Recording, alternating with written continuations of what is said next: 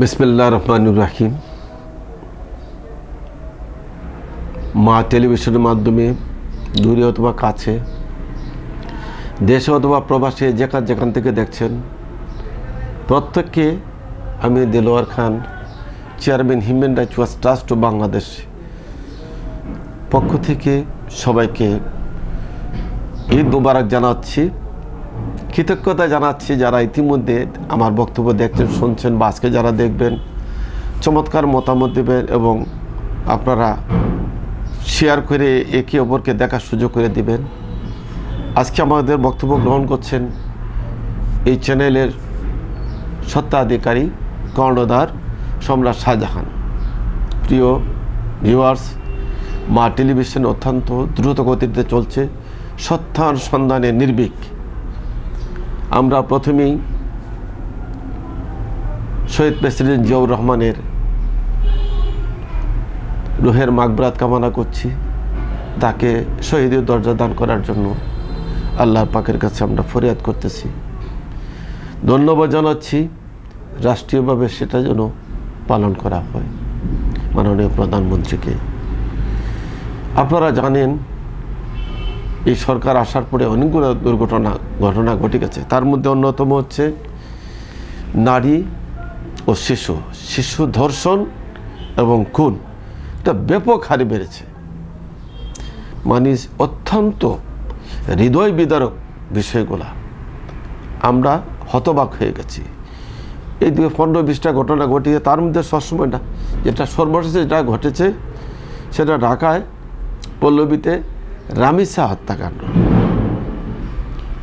এই ফুটফুটে মেয়েটি ধর্ষণ হত্যাকাণ্ড এবং তার মাতাকে শিরচ্ছেদ করেছে, একটা লোমহর্ষক ঘটনা ঘটেছে। আমরা এই ব্যাপারে ধিক্কার জানাই। এ ব্যাপারে আমরা সংশ্লিষ্ট সরকারের সকল মন্ত্রণালয় সহ বিচার বিভাগ সহ আমরা আবেদন করেছিলাম দ্রুত বিচার এনে করার জন্য। তা হয়েছে। আগামীকালকে রামিসা বিচারের শুরু হয়ে যাবে। আমরাও চাই রামিসার পরিবার বা আমরা যেন দেশবাসী, আমরা যেন কোনো ক্রমেই ন্যায় বিচার থেকে বঞ্চিত না হই। আমরা যেন এই খুনি দস্যু সন্ত্রাসীদের সর্বোচ্চ শাস্তি আমরা দাবি করছি। প্রিয় দেশবাসী, ভিউয়ার্স যারা দেখছেন শুনছেন দেশ অথবা প্রবাসে, আমাদের দেশে অনেক কিছু ঘটে যাচ্ছে। আমরা এই আপনাদের মাধ্যমে, মা টেলিভিশন সহ এরকম যারা আছে তাদের মাধ্যমে আমাদের খবর পাচ্ছি। আপনারা জানেন যে এই কিশোর গ্যাংটা আবার কিন্তু উজ্জীবিত হচ্ছে। আজকে আমরা দেখতে পেলাম সিলেটে একটা পর্যটন স্পট, আমি নাম বলবো না, সেখানে একটা কিশোরীকে ছোট্ট কয়টা ছেলে এরা তাকে বিরক্ত করার চেষ্টা করছে। মেয়েটা কৌশলে তাদের ছবি উঠাইছে, স্থানীয়ভাবে তাদেরকে পাকড়াও করে তাদেরকে শাস্তি প্রদান করা হচ্ছে। আমরা এখানেই থেকেই শুরু করে দিই। সামাজিকভাবে যদি আমরা আন্দোলন শুরু করি তাহলে দেখবেন কিশোর গ্যাং চলে গেছে, বিশেষ করে তার গার্ডিয়ান এবং আইনশৃঙ্খলা রক্ষাকারী বাহিনী, তাদেরকে প্রতিহত করতেই হবে।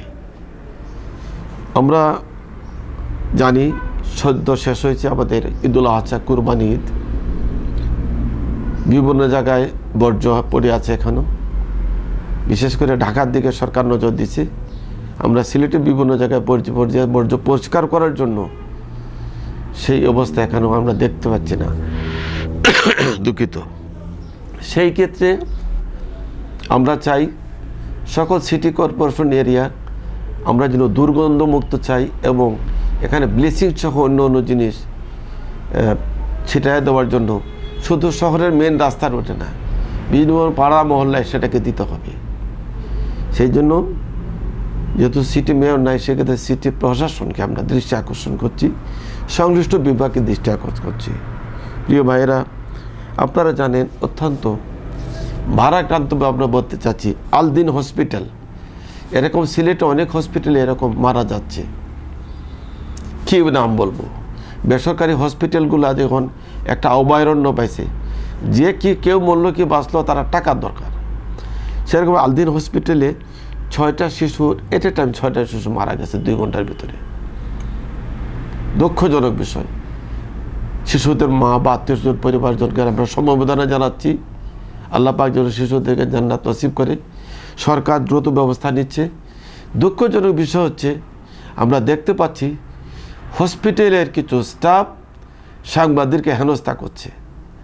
এই বিষয়টা সরকার তথা সংশ্লিষ্ট আইনশৃঙ্খলা রক্ষাকারী বাহিনী গভীরভাবে তদন্ত করে এদেরকে কারা উস্কানি দিচ্ছে এবং এই আসলেই প্রকৃত অর্থে এরা কি হসপিটালের স্টাফ কিনা বা এখানে রিউমার চড়াইছে সে বিষয়টা দেখতে হবে।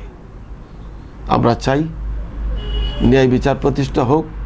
স্বাস্থ্য বিভাগকে অত্যন্ত নাজুক অবস্থায় স্বাস্থ্য বিভাগকে তার মূল অবস্থায় ফিরে আনতে হবে এবং প্রত্যেকটা সরকারি বেসরকারি হসপিটালে আমাদের লাইফ সাপোর্ট ভেন্টিলেটরগুলো বাড়াইতে হবে। অন্য অন্য খাত থেকে এই খাতে দুর্নীতি কমাইতে হবে এবং যাতে মানুষ যে মৃত্যুসজ্জায় মানুষ যেন জীবনে একটা সাপোর্ট পায় সেই ব্যবস্থা সরকারকে করতে হবে এবং স্ব হসপিটাল থেকে যে সমস্ত জায়গায় জিম্মি আছে সেই জিম্মি থেকে উদ্ধার করে সরকারের পৃষ্ঠপোষকতায় চলতে হবে, সরকারের নির্দেশে চলতে হবে। অত্র হসপিটালের পরিচালকের নিজস্ব গতিতে আইনের মাধ্যমে চালাতে হবে, কোনো ব্যক্তিগতভাবে কারো হস্তক্ষেপ চলবে না। আমরা ধন্যবাদ জানাচ্ছি সম্মানিত পরিচালক সিলেট ওসমানী মেডিকেল কলেজ হাসপাতাল। ধন্যবাদ জানাচ্ছি মাননীয় প্রধানমন্ত্রী, যিনি অক্লান্ত পরিশ্রম করে বিভিন্ন জায়গায় নিজ উদ্যোগে খোঁজখবর নিয়ে সংশ্লিষ্ট বিভাগকে নির্দেশনা দিচ্ছেন। আমরা কৃতজ্ঞতা জানাচ্ছি মা টেলিভিশনের মাধ্যমে। আমরা যেন বাংলাদেশ সরকারের আগামীতে যেন আরও উন্নত সেবা এবং ডিজিটালের নামে যেন কোনো ধরনের দুর্নীতি না হয়। পুলিশ প্রশাসন, ভূমি এবং বিশেষ সিলেটে যে বন পরিবেশ মন্ত্রণালয়ের যে অধিদপ্তর আছে, যে পরিচালক, তাদের থেকে পরিবেশের রক্ষার পরিবর্তে তাদেরকে গ্রাস করছে, সেই দৃষ্টিটা সরকার তথা সংশ্লিষ্ট বিভাগে আনার সে আশা ব্যক্ত করি আমি আমার বক্তব্য শেষ করছি। সবাই ভালো থাকবেন, সুস্থ থাকবেন। মা টেলিভিশনকে চমৎকার মতামত দিবেন এবং মা টেলিভিশনের প্রত্যেকের বক্তব্যগুলো আপনারা শেয়ার করেন, একে দেখা দেন। এবং সম্রাট শাহজাহান অত্যন্ত পরিশ্রম করে এই টেলিভিশনকে এগিয়ে নেওয়ার জন্য সেই আপনাদের সার্বিক সহযোগিতা প্রয়োজন। আসসালামু আলাইকুম রহমতুল্লাহি ওয়া বারাকাতুহু।